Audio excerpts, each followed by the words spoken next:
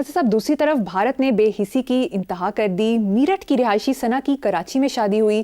45 دن کے ویزے پر والدین سے بھارت ملنے گئی. جب پاکستان واپس آ رہی تھی تو بھارتی حکومت نے یہ کہہ کر روک دیا کہ تم انڈین سٹیزن ہو، تمہارے بچے پاکستانی ہیں. ماں کو انڈیا میں روک لیا اور بچوں کو پاکستان جانے دیا. زیرو لائن پر بچوں کی چیخو پکار اور ماں کی آہو بکا دیکھ کر وہاں کے سیکیورٹی گارڈ بھی آبدیدہ ہو گئے. دیکھو، اس کو دیکھنے کے کئی طریقے ہیں. مثلاً ہم جب غزہ کا ماتم کرتے ہیں، وہاں کے بچوں کے ساتھ ہونے والی بے رحمانہ سلوک، تو پھر مجھے اپنے بچوں کا بھی خیال آ جاتا ہے. جب میں اپنے چھوٹے چھوٹے بچوں کو بھیک مانگتے دیکھتا ہوں، یہ بھٹوں پہ کام کرتے، یہ جو وہ کیا ہوتی ہیں، یہ پنکچر لگانے والی دکانوں پہ، وہ چھوٹے یہ وہ، تو وہ کیا ہیں؟ وہ ہمارے اپنے بچوں کی ان کے ساتھ ابیوز، جنسی زیادتی کا شکار ہوتے ہیں. بے شمار خبریں نہیں ختم ہونے میں آتی. اچھا، لیکن انسان ہیں، آپ دیدہ ہو جاتے ہیں. دوسرا پہلو اس کا یہ ہے کہ ہے جرم ضعیفی کی سزا مرگ مفاجات. کیسے؟ حجاج بن یوسف ہماری تاریخ کا ایک بڑا عجیب سا کیریکٹر ہے. وہ جتنا قابل محبت ہے اتنا ہی قابل نفرت بھی ہے، چونکہ اس نے بہت بہت ظلم کیے. لیکن ایک بار جب بیری قزاقوں نے لوٹا تو کسی عورت نے حجاج کی دہائی دی.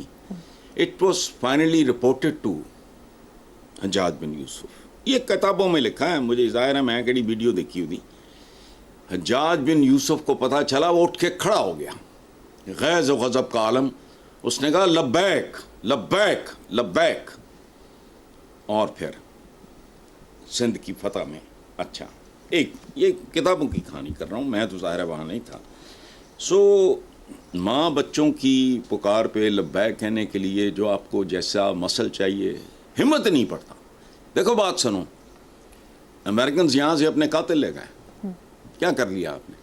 وہ کیا تھا جس نے لاہور میں پتہ نہیں بندے مارے تھے، کیا نام تھا اس کا، گورے کا. وہ پکڑے جانے کے باوجود بھی وہ زارگنٹ ہوتا ہے. ڈپینڈ کرتا ہے آپ کون ہو، کہاں کھڑے ہو، آپ کی صورتحال کیسی ہے. تو ایویں نہیں کہا اقبال نے، ہے جرم ضعیفی کی سزا مرگ مفاجات. لیکن یہ دنیا ایسی ہی تھی، ایسی ہی ہے، اور اس سے بدتر ہوگی. یاد رکھنا، سائنس اور ٹیکنالوجی کے نتیجے میں یہ دنیا کمیوں پہ مشتمل ہوگی، سوائے ان لوگوں کے جنہوں نے رب زدنی علما، ہم نے سنا، انہوں نے عمل کیا. اے میرے رب مجھے علم عطا فرما، اقرا، علم حاصل کرو، فلانا فلانا. ہم نے دینی دنیاوی وہ کر آ کے اپنی دنیا کا تو بیڑا غرق کر لیا. تو یہ چلتا ہے. آگے چلتے ہیں صاحب. امریکی اخبار نے بھارتی حکومت کی سرپرستی میں دہشت گردی کو بے نقاب کر دیا. بھارت پاکستان میں ٹارگٹ کلنگ میں ملوث ہے. بھارت کا مکروہ چہرہ دنیا کے سامنے آ گیا ہے. دیکھو مریم، آپ جیسی معصوم بچیاں، بچے، ینگسٹرز بھارت میں، بوڑھے بوڑھیاں، 2 وقت کی روٹی کے لیے سٹرگل کرتے ہوئے کروڑہا لوگ ہیں. یہ بھارت کا چہرہ مکروہ نہیں، جسے کہتے ہیں نا کہ آپ بالکل ایک سویپنگ سٹیٹمنٹ دے دو. وہاں بڑا بڑا خوبصورت، بہت بہت اچھا آدمی بھی ہوگا، یقیناً ہوگا، اور جن کو پتہ ہی نہیں ہے کہ ہم کیا ہیں، ہمارا ملک کیا ہے، ہمارے لیڈر کیسے ہیں، فلانا. ہمارے یہاں نہیں سائن لوگ پھرتے، پتہ نہیں ہوتا. روٹی کپڑا مکان پیچھے لگ گئے. ایک اور آ گیا، میں یوں کروں گا، منہ کروں گا، وارداتیہ، اس کے پیچھے لگ گئے. تو عوام معصوم ہوتے ہیں. یہ دنیا کی پوری تاریخ میں ان کا کوئی رول نہیں ہوتا. بھارت کا چہرہ نہیں، بی جے پی کا چہرہ مکروہ ہے، اور وہ پرماننٹ فیچر نہیں ہے. موجودہ بھارتی حکومت کا چہرہ مکروہ ہے، جو نفرت فروش ہے. حکومت اور حکومتیں مستقل نہیں ہوتی. مستقل کردار ہوتا ہے ریاست کا. کل اسی ہندوستان پہ، اسی بھارت پہ کوئی سینر ایلیمنٹ، متوازن، فلانا ڈھمکانا، باقی ہلکی پھلکی موسیقی تو گھروں میں بھی چلتی رہتی ہے. تو وہ تو کوئی ایسی بات نہیں ہے. تو حکومتیں ہیں ہونا. اچھا، بھارتی عوام کا اس میں کوئی رول نہیں ہے. ان کو بیوقوف بنایا جاتا ہے، ان کو وہ برین واش کیا جاتا ہے. مخصوص پاگلوں کا ایک گروہ ہے جو بدقسمتی سے بھارت پہ قابض ہے. اب اجمیر اور دلی کے مزارات اور دوسرے مقدس مقامات، غالب کی قبر، یہ وہ سارا، او بھائی قبروں پہ تمہیں شرم ہی نہیں آتی؟ ہے وہ بھی قبری، شمشان بھی. دیکھو نا، ہم دبا دیے جاتے ہیں، وہ جلا دیے جاتے ہیں. پارسیز ہیں میرا خیال، وہ پرندوں کو کھلا دیے جاتے ہیں. تمہارا وہی اچھا، لیکن نہیں، اللہ بہتر جانتا ہے کب وہاں انسانوں کی پڑھے لکھے متوازن لوگوں کی حکومت آ جائے تو سب کچھ نارمل ہوگا. اور سب کچھ نارمل ہونے سے مراد یہ نہیں ہے کہ وہ پھر چین کی بانسری بجے گی. نہیں، اونچ نیچ تو گھروں میں ہوتی ہے. ٹھیک ہے، ہاں کوئی بات نہیں. بچے آپ کے آپس میں لڑ پڑتے ہیں، یہ کیا بات ہوئی؟ روٹ سے آتے ہیں اور یہ اور وہ. اچھا آگے چلتے ہیں سر صاحب. گزشتہ دنوں صدر آصف علی زرداری کی جانب سے ایک آرڈیننس پاس کیا گیا جس میں وفاقی وزراء کی تنخواہوں میں نمایاں اضافہ شامل ہے. وفاقی وزراء کی پہلی تنخواہ 2,18,000 سے بڑھ کر اب 5,19,000 ہو گئی ہے. ان حالات میں ان کی تنخواہوں میں اضافہ تو ہوا ہے تو بہت اچھی بات ہے. دیکھو نا، کچھ شرم آنی چاہیے نا عوام کو بھی، مجھے بھی، آپ کو بھی. عوام کی تنخواہیں اور مزدوریاں جو یہ دیہڑی ادار ہوتے ہیں پہلے ہی اتنی زبردست ہیں، کھاتے پیتے خوشحال متمول عوام کے نمائندوں کو بھی خوشحال ہونا چاہیے. ورنہ اگر کوئی تھوڑی سی بھی حمیت غیرت عقل ہوتی تو کہتے دھتکار دیتے کہ نہیں کچھ بھی نہیں.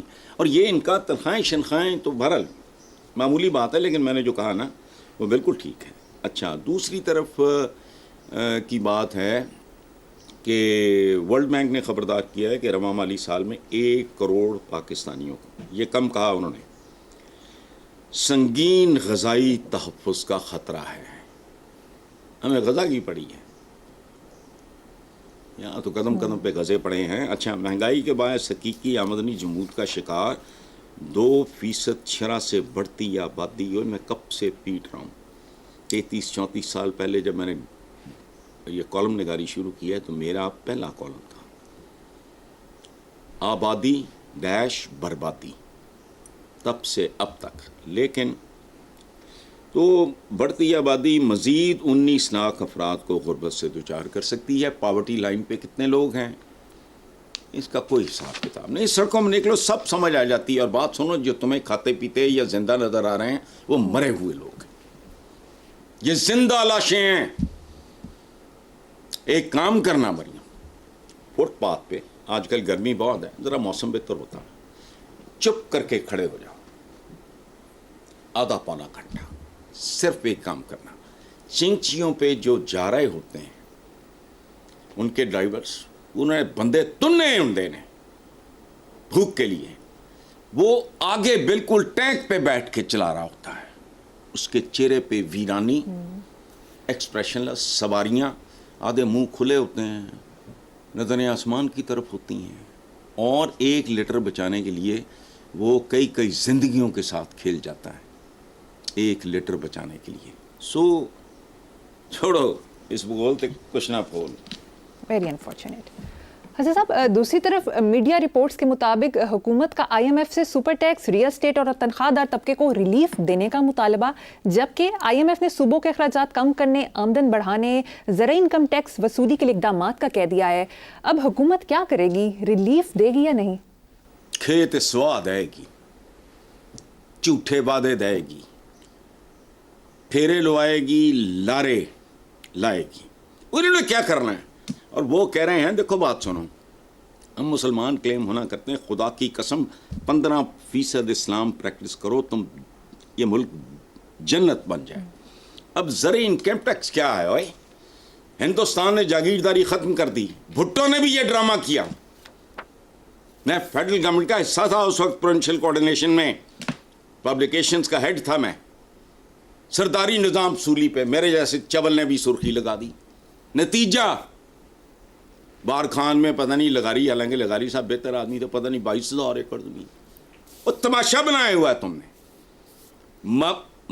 یاد رکھو، بکاؤ لوگوں نے سود لینا دینا پھر اسلامی، جاگیردار پالنے پھر اسلامی، ملاوٹ کرنا پھر اسلامی. یہ بے برکتی ہے, منافقت ہے. منافق کافر سے بدتر ہوتا ہے, وہ سمجھ ہی نہیں آتی, اس کو اپنی سمجھ نہیں آتی. بات سنو, حضرت عمر بن خطاب کے زمانے میں مسلمان ایکسپینڈ کر رہے تھے لائک اینی تھنگ. تو مسلمانوں کے اندر ایک گروہ جس میں حضرت بلال, سیدنا بلال شامل تھے, انہوں نے کہا زمینیں بانٹیں. حضرت عمر بن خطاب پہ پریشر بڑھنا شروع ہو گیا. یہ ہیومن نیچر ہے یار, کوئی کتنا بھی ہو فن خواہ, اس کو بھوک لگتی ہے, اس کو پیاس لگتی ہے, اس کی اور ضروریات, انسان ہی ہوتے ہیں. کبھی اب ہزاروں اربوں ایکڑ زمین آ گئی ہے تو ہمیں مطلب زمینیں. حضرت عمر بن خطاب نے جانتی ہو کیا کہا؟ زمین مال غنیمت نہیں, یہ مال فے ہے. فے یا جو بھی اس کو کہتے ہیں عربی میں عربی نہیں جانتا. یہ مال غنیمت نہیں. پریشر بڑا, آپ گئے حضرت علی کے پاس, وہ کندھے سے کندھا ملا کے حضرت عمر بن خطاب کے سامنے کھڑے ہو گئے اور اس کام پہ, اس بات پہ, اس مطالبے پہ عمل سے انکار کر دیا.